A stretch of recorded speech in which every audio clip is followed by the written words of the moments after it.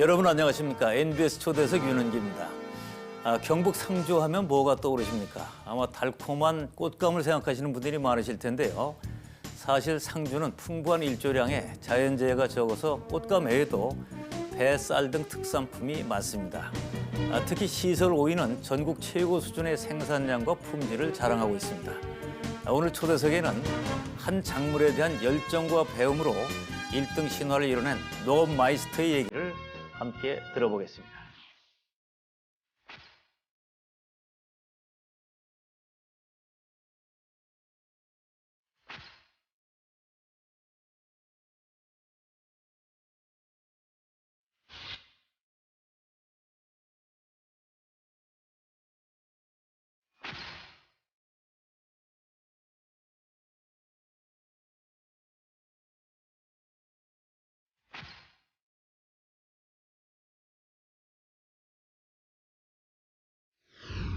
예, 오늘 스튜디오에는 농업 마이스터인 상주 331의 영농조합 김인남 대표를 모셨습니다. 안녕하세요.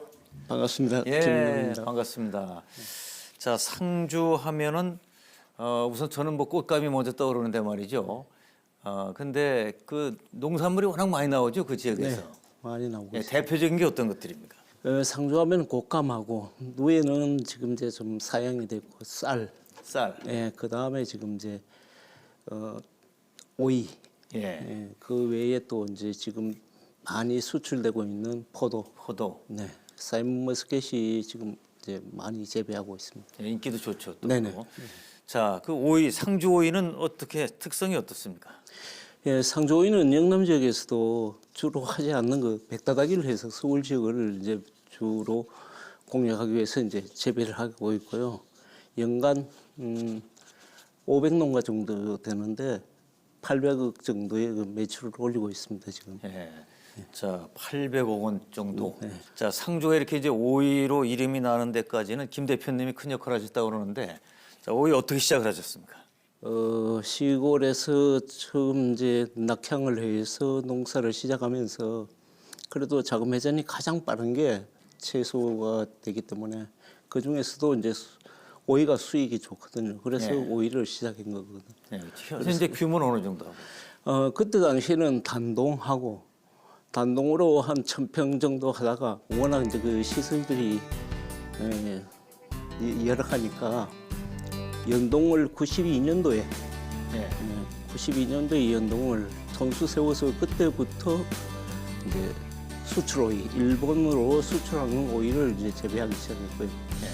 그렇게 하면서 이제 오이에 대해서 애착도 가지고 그것을 이제 전업농가로 자라게 됐습니다. 예. 자, 이제 원래 그 고향은 강원도라고 제가 들었습니다만 상주는 언제 가시게 됐습니까? 예, 초등학교 4학년 때 부모님들이 상주로 이주를 하셨는데 학교를 거기에서 다녔기 때문에 거기가 이제 제 고향이나 마찬가지죠. 예, 그렇네요. 자, 그러면 이제 거기서 고향이나 마찬가지로 학교 다니고 첫 번째 직업은 뭐였습니까? 사회 나와서. 고등학교 졸업을 맡고 서울에 올라와서 초등학교 앞에 문방구를 했습니다. 문방구. 예. 문방구를 해가지고 문방구를 하다가 제가 결혼할 즈음에 문방구를 처분하고 택시를 이제 구입해서 택시 사업을 하려고 하다가 이제 결혼을 하게 됐고 결혼해서 아내가 홀로 계신 아버지 잠시라도 수발 좀 들어드리자. 예. 우리가 한두 해 늦게 난셈 치고 좀 그렇게 했으면 좋겠다. 그런 이야기를 하길래 그 길로 이제 그 시골에 잠시 있다가 올라올 생각으로 있었는데 또래 친구들이 시골도 살만하니까 같이 지내자고 자꾸 권유를 했어요.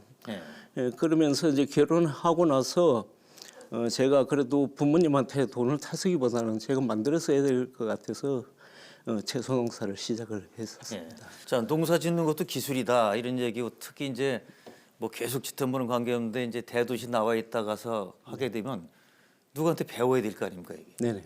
누구한테 배웠습니까? 예, 저는 행운이 좋게 아주 좋은 사람을 만났습니다. 그때 당시에 주식회사 한농연구소에서 8년간 근무를 하다가 그분의 아버지가 그 예천 농업기술센터의 이제 소장으로 발령을 받으셨어요. 그래서 그분이 그 한농의 직장을 그만두고 문경시에 와서 이제 농약방을 차리는 그 시기에 제가 이제 거기에 만나게 됐고, 그분이 농업도 직업으로서의 충분한 산업이니까 한번 해보면 어떻겠느냐. 예.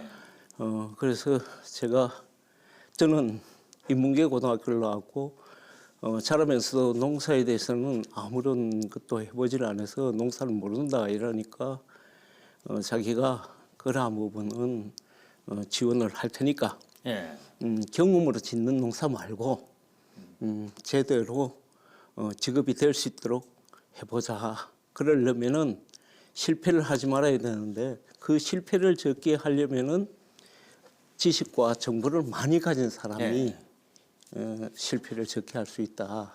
그러니까 그렇게 하자고 하면서 그분은 농화학과를 나오셨거든요. 예. 서울대학교 농화학과를 나오셨고 그 외에 분들이 뭐 이제 육종학이라든지 그 외에 이번에 학을 전공하신 분들을 많이 이제 저하고 매치를 시켜주셨어요. 그래서 그분들한테 초기부터 굉장히 이제 좋은 지식을 정보를 받고 농사를 지었습니다.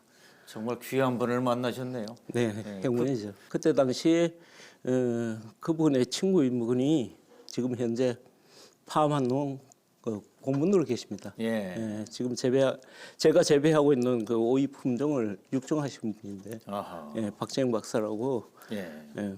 그분이 지금 가끔 뵙습니다. 예. 그런 분들의 도움을 통해서 이제 그야말로 농사를 제대로 짓는 그걸 이제 시작을 하셨군요. 그러니까. 예. 처음에 그렇게 배워가면서 하더라도 농사 짓는 게 쉬운 일이 아니라서 말이죠. 제일 어려웠던 게 뭡니까? 처음에 시작할 때. 아주 생소한 거랑 마찬가지를 시작하다 보니까 모르고 아주 그냥 용감하게 덤볐어요. 예. 그래서 심지어는 그 1월 달에 포트에다가 호박씨를 넣었는데 아침에 나가 보니까 그 얼었더라고요. 예. 그 흙이. 예. 그래서 이게 내가 참 너무 무지하구나. 그럴 정도로 무지한 상태에서 시작은 했지만은 그래도 이제 그러한 분들이 작물의 특성이라든지 요구 조건 이런 것들을 이제 알려주니까, 그리고 나서는 제가 재배하면서 이제까지 이제 한 40년 농사를 지으면서 한 번도 실패한 적은 없었습니다. 예.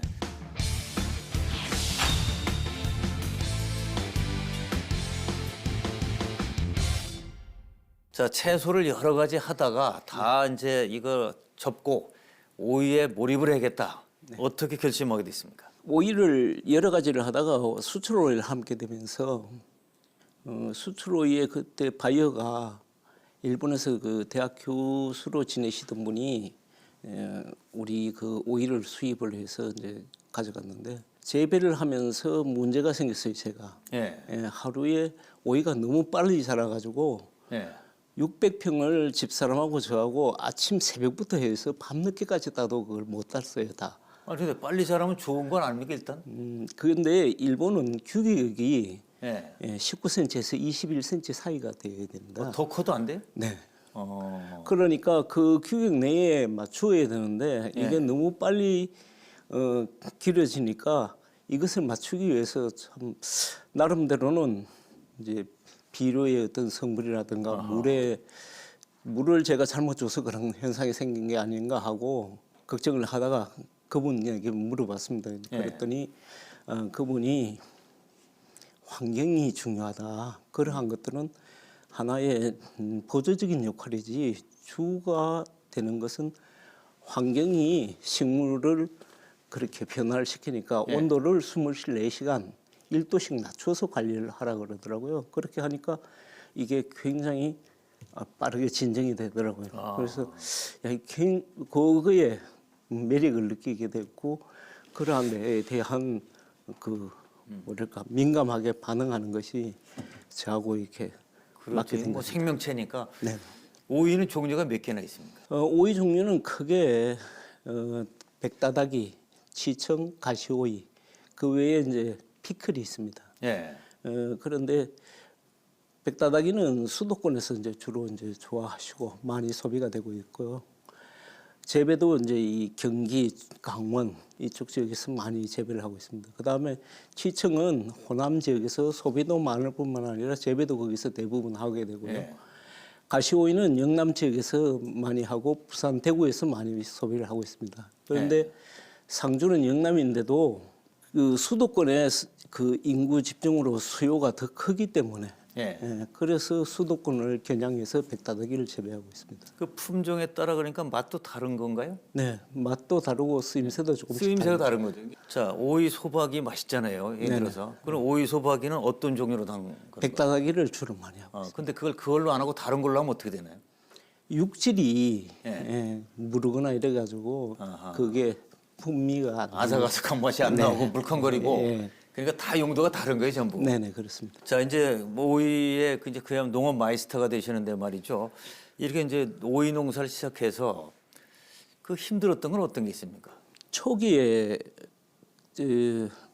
재배를 남들보다 조금 일찍 하고 잘하려고 하니까 자재가 굉장히 부족했었습니다. 자재. 네. 어떤 거? 뒤따라가는 자재들이 보온 자재라든지 가온 자재가 없었습니다. 그래서 그때 당시에는 지플 이형처럼 이렇게 엮어서 거적을 안에도 씌우고 예. 큰 것도 씌우고 그렇게 했었는데 그게 이제 겨울에 눈이 오게 되면은 눈 위에 쌓이게 되면 하우스가 무너지게 돼 있어요. 그래서 한 번은 너무 이렇게 눈이 올 것 같은데 제가 피곤하니까 눈이 오면 좀 깨워주십시오 이랬더니 노모가 자식이 그 고생하는 걸 못 보겠든지 눈이 와서 제가 다 무너졌으면 좋겠다 그러시더라고요. 아하. 농사 짓는 것도 참 쉬운 일이 아니니까 부모 입장은 또 그렇죠. 그렇죠. 예. 자, 아까 말씀 중에 이제 일본으로 수출을 한다. 이제 수출했다는 말씀을 하시는데 그 수출을 하려면 무슨 뭔가 이렇게 뭐 누굴 만나야 될 거 아닙니까 이게?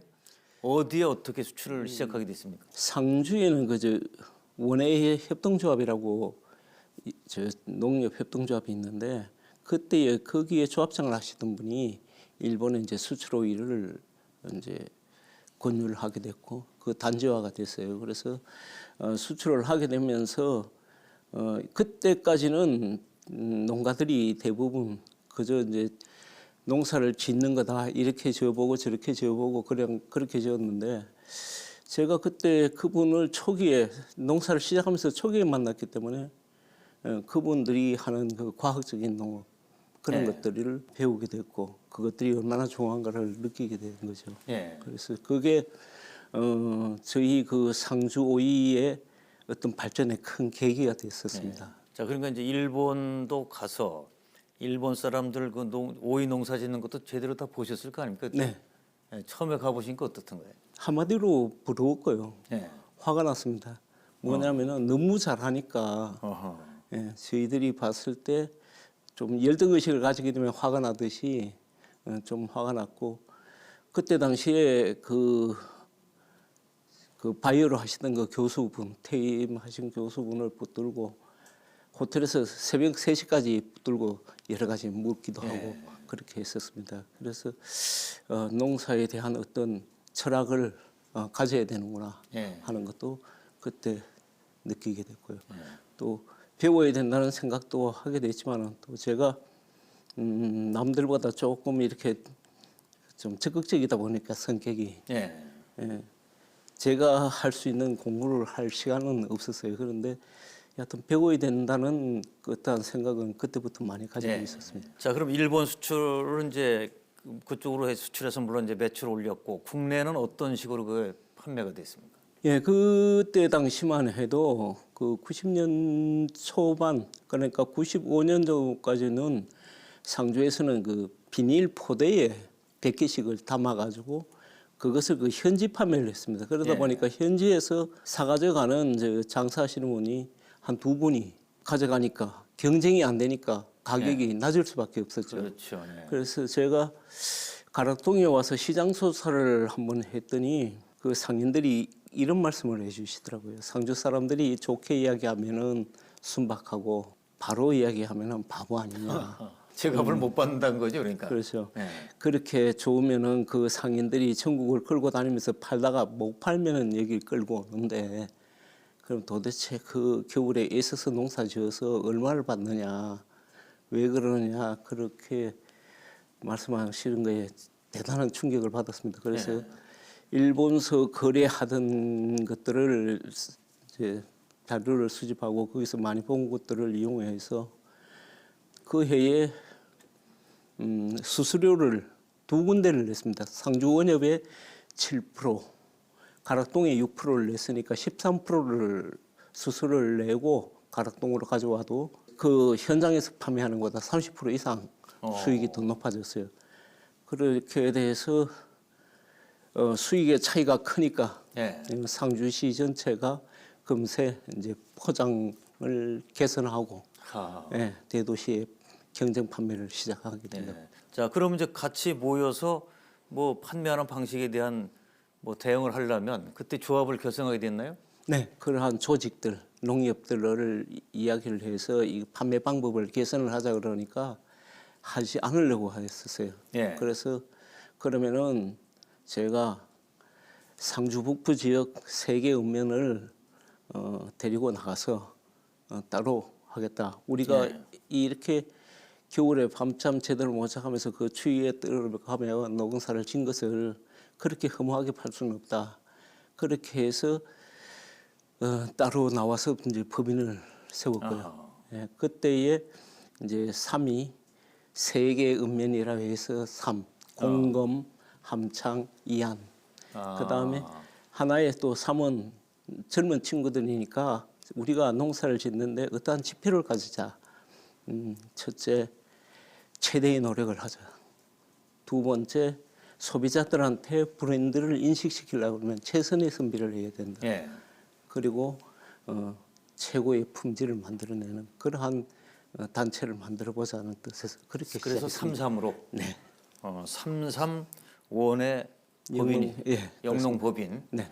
저는 뭐 33원 오일을 만드는데 그래서 33인 줄 알았더니 또 그런 깊은 뜻이 있네요, 보니까. 네. 자, 이 영농조합을 만드는 것도 쉬운 일은 아닐 것 같아요. 어떻게 처음에 설득을 했습니까? 그 전에 이제 제가 13%의 수수료를 내면서도 그러한 효과가 나니까 예. 모두가 이제 동조하게 됐고 또 그렇게 하는데 일본서 제가 이제 어떠한 것을 그 연수를 하면서 보게 됐냐면은 공동 선별, 공동 채산을 하는 장목반을 봤습니다. 아하. 그래서 제가 이제 그렇게 해서 하면은 잘 짓는 사람, 못 짓는 사람이 서로 정보와 지식을 교류를 하지 않으면은 안 되거든요. 예. 그러니까 잘 짓는 사람은 못 짓는 사람이 원망스러울 거고 못 짓는 사람들은 잘 짓는 사람한테 미안할 거 아닙니까? 예. 그래서 어떻게 하든 서로 이 기술이 평준화시키는 데는 그 방법이 가장 좋을 것 같아서 그렇게 하자고 그랬더니 그때 당시에 90년도 중반기에는 그 얘기를 꺼내니까 공산주의라고 공동이용으로 하다 보니. 공농이란 거기에 우리나라 사람들이 아직까지는 이렇게 예. 이제 인식이 안 돼 있어 가지고 그렇게 해서 장목판을 끌고 가는데 품질 관리 이런 것을 제대로 하고 브랜드를 그러니까 가치를 인정받기 위해서 자체 검사 이런 예. 것들을 굉장히 철저하게 했습니다. 그래서 많이 다퉜어요. 예. 그래서 지금도 회원들은 어떤 면으로 보면 좀 독선적이지 않느냐 예. 그런 얘기도 듣게 되는데 또 그렇지 않으면은 그렇게 어떤 개선 그런 것들이 쉽지 않겠죠. 예. 그렇게 해서 저희들 법인에서 이 수도권 지역의 몇 군데의 이제 도매시장에서 가격이 거의 그 사람들보다 뭐 배 정도를 많이 받게 되니까 단 보름 만에 예. 전체가 다 예. 판매 방법을 확 바꾸게 된 거죠.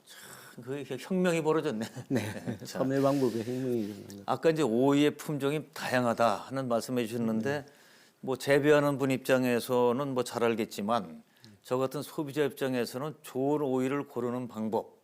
자, 어떻게 골라야 됩니까, 오이? 첫째 이제 채소는 이제 그 시원한 맛, 또 그 고유의 어떤 그 기능 이런 것들이 있는데 가장 중요한 거는 이제 신선하도록 신선도. 되겠어요. 예. 그래서 저희들 같은 경우에는 당일 수확해서 당일 출하가 되기 때문에 소비자한테 갈 시간이 약 한 24시간 이내에 이제 소비자한테 가게 되는데 그렇게 하기 위해서는 아침 일찍 따야 됩니다. 왜냐하면은 이 과의 온도가 높아지게 되면은 호흡이 이제 심해져서 빨리 이제 그 수분을 잃어버리고 상품성이 잃어집니다. 또 그 다음에 이렇게 씹었을 때 아삭하는 맛은 예. 그것을 이제 식감이라 그러는데 그거는 이제 칼슘의 양. 아하. 예, 그 세포의 조직이 부서질 때 예. 예, 단단한 조직이 부서지면 더 아삭거리다. 아삭한 맛이 있죠. 예, 그리고 그 칼슘이 또 혀에도 식미를 또 돋궈줍니다. 예. 그래서 칼슘의 함량이 높으면은 그 훨씬 품질은 좋은 예. 오이가 되는 거예요. 그 오이는 참 좀 묘한 것이 그 김치 오이 김치를 담아서 먹어도 맛이 있지만은 그냥 날로 먹어도 맛있잖아요 보면. 네. 고추장 찍어서 이렇게 먹어도 맛있고 말이죠. 자 오이의 그게 매력이 아닌가 싶은 생각도 나는데 오이도 영양분이 좋은 게 많죠 거기에. 네, 그 주로 이제 그 이뇨 작용을 많이 해가지고 몸의 네. 해독 작용이라든가 이런 것들이 역할을 크게 하는데 일본에서는 매 식사기마다 그 오이가 이제 반찬으로 조금씩이라도 먹게 된 이유가 제가 알기는 그 원폭 피해 때문에 어허. 오이를 먹는 사람들이 훨씬 치유가 빨랐다고 하더라고요. 예. 그래서 그 이후에서 그 오이가 굉장히 몸에 좋다고 생각이 예. 해가지고 많이 먹고 있거든요. 그러니까 지금 이제 그 아토피 예. 그런 데는 오이 노각이 굉장히 큰 효과가 있습니다. 오이 노각. 예, 예. 그런 것들을 가지고 하면 굉장히 효과가 예. 있습니다. 그 상주 지역에서 특히 그 오이 좋은 오이가 나오는 이유가 뭘까요? 그게? 그 상주는 그 뒤 배경이 그 소백 산맥이 이렇게 둘러쳐져 있습니다. 그렇죠. 예. 예, 그래서 이 서해 쪽에서 들어오는 그 비구름이 그 소백산을 빗겨 타고 넘어가게 돼 있어요. 예. 그래서 보은, 삼척 이쪽 지역이 수해는 많이 나지만 상주는 수해가 훨씬 적고 겨울철에 그러한 현상 때문에 일조 조건이 좋습니다. 아. 그래서 햇볕이 좋으니까 좋은 농산물이 생성돼요. 예. 그리고 결국은 또 흙이 좋아야 되는 거 아니겠습니까? 흙 예. 자체가. 예. 그렇죠. 그 낙동강 유역이니까 예. 예, 좋은 흙들이 많이 이제 쓸려오는 거죠. 그쪽으로. 예. 그러니까 이제 태백산맥 내려오는 산자락도 있지만 또 가보면 강이 좋더라고요. 보니까 주변에. 네. 그런 풍토가 다 만나서 이제 좋은 오이가 생산된다. 네. 오이 농사를 지을 때 토양 관리를 위해서 생칩을 활용한다. 이런 얘기를 들었는데 네. 어떻게 된 겁니까, 그거는? 지금 농가들이 대부분이 배치풀을 거의 다 쓰게 되어 있는데 제가 쓴 지가 한 20년 정도 됐습니다. 그 처음에 그 배치풀 쓸 때는 그 연구하시는 분들이라든가 지도기관에서 굉장히 만류를 했어요. 왜냐하면은 그 볏짚이 토양에서 썩는 동안에 여러 가지 변화가 일어나기 때문에 물리화학적으로 변화가 많이 일어나기 때문에 토양을 버릴 수가 있고 그러는 과정에서 나오는 가스라든가 이러한 문제로 재배가 어려울 것이다. 그렇게 해서 만류를 많이 했는데 저는 이제 농업이잖아요. 예. 농사가 아니고 업이니까 사업성으로 따져야 되거든요. 그래서 그것을 사용을 하게 되면은 토양에 남아 있는 비료를 이 짚이 끌어옵니다. 예. 이제 자기가 썩는 과정에서 끌어왔다가 자기가 다 썩고 나면은 다시 이제 오이에게 내주게 되어 있어요. 그렇게 되면서 이 미생물들이 토양의 미생물들이 많이 살니까 얘네들이 흙덩어리를 떼알 구조라고 해서 이렇게 작은 덩어리로 이렇게 만들어 주거든요. 그렇게 되면은 수분도 공급이 원활하고 공기가 잘 통하게 되어 있습니다. 네.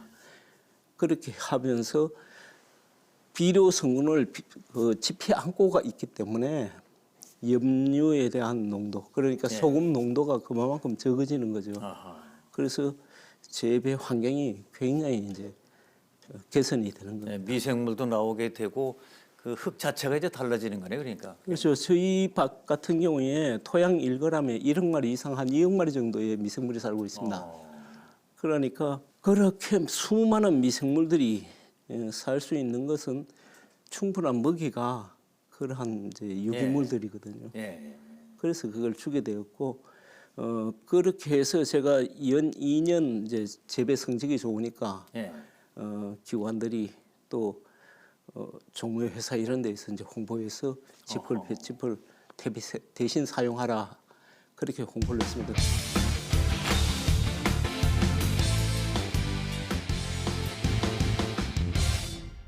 저 농업 마이스터신데 결국 농사를 제대로 지려면 그리고 농업으로 발전시키려면 배우는 게 중요하다.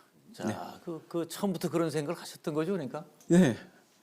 배우지 않고 하는 것과 알고 하는 것의 차이는 이제 실패가 없어지는 거죠. 예. 그래서 저는 어떠한 그 작물을 재배할 때마다 그 작물의 특성, 그다음에 그 작물이 필요로 하는 그 어떤 요구하는 것들을 최대한 맞춰 주려고 하다 보니까 수많은 그 작목들을 해보았지만 실패는 없었습니다. 예. 근데 이런 공부를 하려면 이제 국내에서 공부할 수 있고 또 농업 선진국 가서 이것저것 살펴볼 수가 있겠죠. 네. 예. 그 해외는 어딜 가보셨습니까? 처음에 그 수출을 하면서 일본을 가장 먼저 갔다 오고 거기에서 얻은 교훈이 표준화. 표준화. 예. 원칙을 굉장히 중요시하고 원칙을 지킨다는 그러한 것들이 느껴졌고요.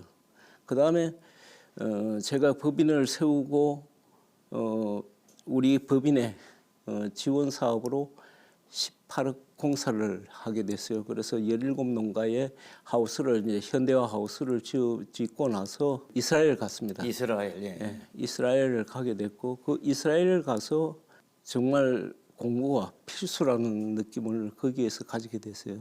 예.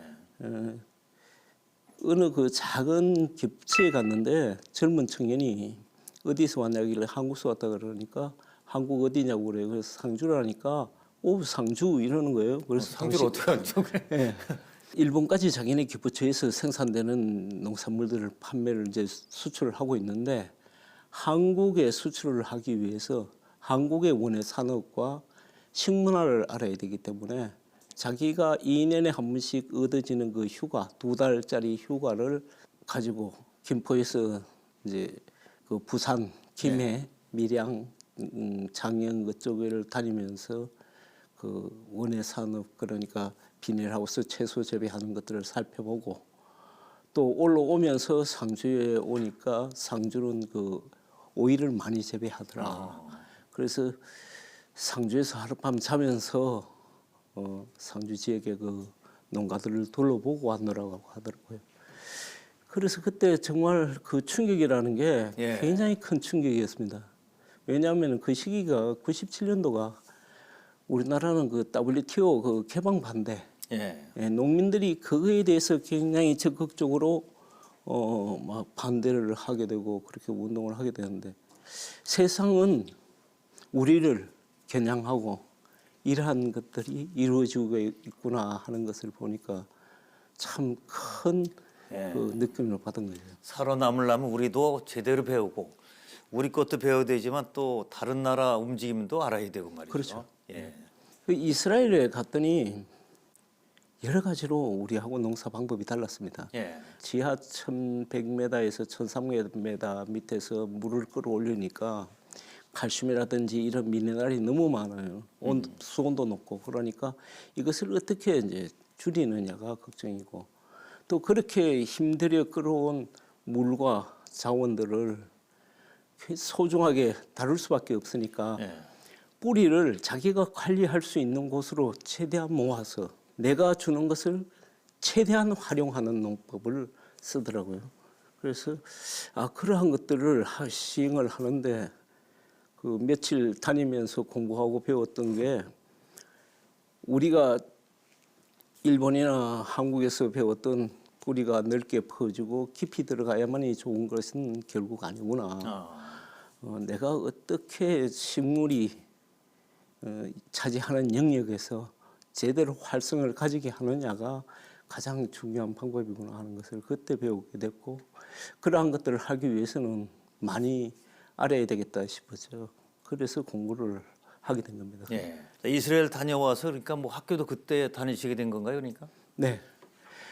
야간 대학을 그때 가게 된 동기는 그걸 가고 싶었던 이제 동기는 제가 갖고 있던 그러한 지식이나 정보들이 굉장히 이제 고급들은 많았습니다. 이제 네. 좋은 지식들은 많았지만은 그러한 것들이 저 천으로 보면은 조각천이거든요. 예. 그 조각천 가지고는 멋진 옷을 만들 수가 없듯이 이거를 어떻게 정리를 좀 해야 되겠다. 어떤 체계가 있어야지 내가 갖고 있는 지식이 그냥 이 흐트러지는 그러한 지식이어서는 안 되겠다 싶어서 야간 대학 원예과를 들어가게 됐고 또 들어가니까 이제 자식 같은 친구들하고 같이 공부를 하는데 예. 졸업장만 따라왔다 소리 듣기 싫어가지고 제가 전공 과목은 4년 동안에 다 A를 받았습니다. 그래서 4년간 장학금을 받고 공부 다녔습니다. 열심히 하셨네. 그 젊은 사람들하고 나이 차이가 꽤 나셨겠어요 그때. 네, 많이 났지만은 한 가지 저한테는 이제 그 친구들이 따라오지 못하는 장점이 있었죠. 예. 왜냐하면 그 친구들은 농업에 대해서 모르니까 외워야 되고 예. 저는 해봤으니까 이해가 되는 거죠. 생각을 하면서. 예. 예. 그러니까 이해하는 사람은 이제 외우서는 그렇죠. 못 따라오는 거죠. 예. 야, 그때 그 연세에 또 장학금까지 받으며 다니셨으니 정말 배움에 대한 열정이 대단하신 거예요. 그 염류 집적이라는 게 뭡니까 이게? 예, 비료는 이제 여러 가지 물질들이 이렇게 결합해서 이제 식물한테 이제 양분으로 공급이 되는 것들인데 제가 식물이 필요한 양만큼만 주어도 식물이 100%다 흡수를 못 하거든요. 예. 조금씩 남게 되니까 그 남은 것들이 토양에 자꾸 쌓이게 돼요. 아하. 그러면 여러 해 농사를 짓게 되면은 그 쌓이는 양은 점점 많아지고 그렇게 되다 보면은 그 소금기 같은 염이 자꾸 농도가 높아집니다. 예. 그렇게 되면은 어떠한 현상이 생기냐면은 우리가 그 단무지가 이렇게 보면은 무가 쪼글쪼글하게 이렇게 수분을 뺏겨가지고 그렇게 되죠. 예. 그러니까 식물체가 토양 속에서 그러한 현상이 생기기 때문에 물을 흡수하거나 양분을 흡수를 제대로 못합니다. 예. 그래서 그러한 것들이 최소화시키는 방법이 비료를 적게 주는 게 가장 좋지만은 그거 갖고는 어차피 생기니까 예. 남아 있는 것들을 작물이 없는 그 휴작기 쉬는 동안에 정리를 하는 거죠. 그 개선을 시키는 네. 겁니다. 그 방법으로 사료 작물을 심어가지고 사료 작물이 빨리 자라기 때문에 그 남아 있는 비료를 빨아들이는, 들이게 해서 그것을 다시 이제 토양에 갈아엎는다든가 예. 또 아니면은 물을 대어 가지고 물이 이제 녹여서 밖으로 배출되는 그러한 이제 역할들을 하게 되는데 근데 그런 거를 그러니까 어디서 배웠냐 이거예요. 그런. 이제 나름대로 자꾸 생각을 해야죠. 예. 배운 거를 잘 응용을 해 보니까 이제 방법이 나오는 거네요. 예, 저는 농사를 지으면서 좌우명이 예. 왜 왜? 예. 왜 이럴까? 예. 무엇이든지 내가 일을 하게 되면 그것을 왜 해야 되느냐, 예. 왜 해야 되는지를 알면 목적이 있잖아요. 그 목적을 근본적인 걸. 예, 목적을 달성하기 위해서 어떻게 하면은 효율적이냐, 예. 또 잘할 수 있느냐 그러한 것들을 생각하게 되고 그리고 나면은 그 이제 또 검토가 이제 예. 하게 되죠. 그러면은 지난 그 했던 거에서 검토를 하게 되면은 개선 방안이 나오는 거죠. 예. 그 제일 중요한 것 같아요. 왜? 이게 왜 이럴까? 또 왜라는 근본 문제를 해결하려고 하다 보면 진짜 좋은 아이디어가 나오는 거죠. 왜? 그렇죠. 자, 그 지금 한국농촌경제연구원 현장 리포터로 활동을 하신다고 하는데 네. 그 현재 그걸 하게 되면 뭐 어떤 겁니까? 그 내용이? 그 2009년도부터 이제 예. 그 농촌경제연구원에서 현장에서 요구되는 어떤 정책, 농업 정책, 예. 그 다음에 시행되고 있는 농업 정책에 대한 모니터링, 아, 그런 현장의 것들- 소리를 들어보는. 예, 그러한 것들을 위해서 이제 리포트 제도를 이제 들여왔습니다. 그래서 거기에서 어떠한 제안이라든지 예. 요구를 하게 되면은 거기에 계시는 연구원들이 그거에 대한 연구도 하게 되고 또 지금 현재는 국회나 이러한 기관에서 예. 자기네들이 참고할 것들을 이제 과제로 줍니다. 네. 그래서 거기에 대한 보고서라든지 아니면 리포트를 작성해서 제출합니다. 정말 생생한 그 현장의 정보 네. 자료를 보내실 텐데 그거 하면 뭐 돈도 좀 받나요? 약간의 그 소정의 그 수수료는 주는데 예. 제가 그것을 해서 가장 크게 그 이제 반영됐던 부분이 농촌에 그 가면은 주택이 그 슬레이트로 많이 되어 있죠. 예. 그 슬레이트가 폐암의 원인이라고 해서 굉장히 그 이제 위험 물질로 치는데 지금 시골에서 연세가 많이 들고 또 자금도 능치 않기 때문에 그것을 그분들한테 치우라 그러면은 못 치우거든요. 예. 그래서 이러한 것들은 국민 보건적인 면에서 정부에서 조금 처리를 해주면 좋겠다 해서 처음에 그게 채택이 됐는데 국회에서 예산이 깎여가지고 지금은 지자체에서 시범 사업으로 읍면 단위로 뭐 한두 농가씩 이렇게 지금 하고 있습니다. 그게 좀 안타깝고 그다음에 또 하나가 뭐가 있냐면은 농약 사용에 있어서 굉장히 이제 소비자들이 관심이 큰데 그 농약병이 굉장히 표기가 너무 좀 허술했어요. 예. 사실은 성분이라든지 사용 방법 이런 것들이 제대로 표기가 안 돼 있기 때문에 그러한 것들에서 제대로 표기를 해달라 해서 그게 이제 그 표기 방법을 바꾸어 가지고 지금 개선이 되고 있습니다. 예. 그런 걸 하면 좀 보람을 느끼시겠어요? 네, 그렇죠. 뭐 저는 이 무슨 그런 병 보면 답답한 게 글씨 좀 크게 썼으면 좋겠어요. 네. 보여야 뭐를 하지. 왜냐 시골에 저 어르신들이 많으신데 뭘 보면 이게 너무 작아서 돋보기로 봐도 안 보일 정도로 말이죠. 이제 그런 걸 좀 해결해 주면 좋을 텐데 그 쉽게 해결하는 방법이 있습니다. 어떻게 하면 되나요? 아주 작은 그 해충들이라든지 응애라든지 이런 거는 눈에 식별이 거의 안 되거든요. 네. 그러한 것들을 휴대폰으로 촬영을 해가지고 가깝게 촬영을 해서 확대를 하면은 아주 크게 봅니다. 확실한 해결책인데요. 예, 그러니까. 그래서 네. 이제 그 교육할 때 연세 드신 분들한테 그렇게 활용하라 그래요. 예. 휴대폰을.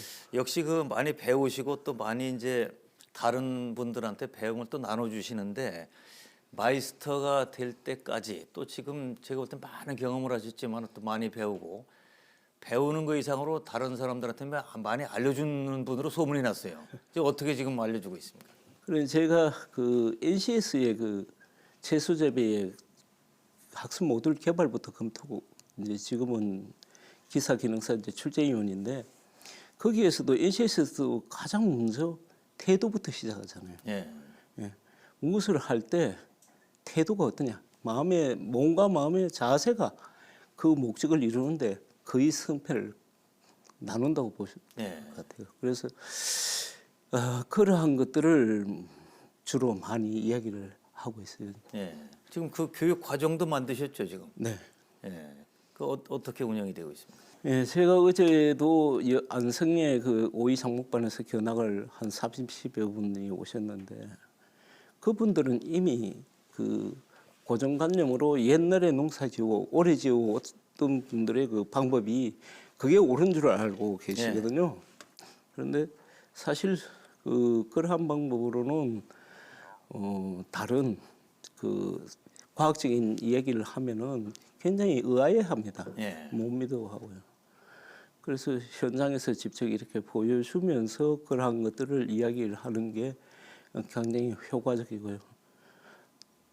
조금 전에 말씀드렸지만은 근본, 예. 그러니까 어떠한 식물은 생명이지 않습니까? 예. 그러면 그 생명이 갖고 있는 어떠한 그 본래의 특성, 예. 이런 것들을 파악을 하고 그거에 대해서 맞춰주려고 하는 그러한 자세가 되어야지 되는데 금전적으로 내 욕심만 자꾸 챙기려고 하다 보니까 작물에게 무리한 요구를 하게 되고 무리한 조치를 하게 돼서 낭패를 보는 경우가 굉장히 많습니다. 그래서 네. 그러한 것들을 못하게 합니다. 그러니까 당장 어떻게 뭐 저 소위 대박을 꿈꾼다든가 당장 돈 번다든가 하는 건 사실 쉽지가 않은 거거든요, 그게. 그렇죠. 근데 그거를 생각하면서 그냥 농업에 뛰어드는 분도 있을 텐데 그런 분들 보면 좀 안타까우시겠어요. 네, 그런 이제 생각을 버리게 하는 게 굉장히 이제 그건 제가 해야 될 일이라고 생각하거든요. 그래서 책대로 또 인터넷에 굉장히 많은 이제 그러한 이제 지식들이나 뭐 전부들이 많지 않습니까? 네. 근데 그 사람들은 그거 몇 개 이렇게 들여다보고 책 몇 권 읽으면은 농사를 다 배운 것처럼 착각을 해요. 그런데 사실은 농업이라는 것은 그러한 것은 기본 베이스지. 이 그 정해진 그 설정 환경에만 맞춰서는 안 되거든요. 그러니까 자연 조건이라든가 그 작물의 생육 상태에 따라서 예. 가감을 해주고 조절을 해줘야 되는데 그것을 쉽게 생각한다는 것은 절대로 좋은 방법이 아니라고 예. 생각합니다. 무슨 뭐 구구단 외우듯이 되는 거는 아니기 때문에 그래서 교육의 강조가 작물에 대한 올바른 이해, 그다음에 농사를 왜 짓느냐는 올바른 농업 이런 것들을 이제 강조를 많이 하신다고 들었습니다만 이제 그게 돼야 사실은 점점 이제 시간이 갈수록 좋아지지 않겠습니까? 그게 그렇죠. 제대로 되면. 예. 예.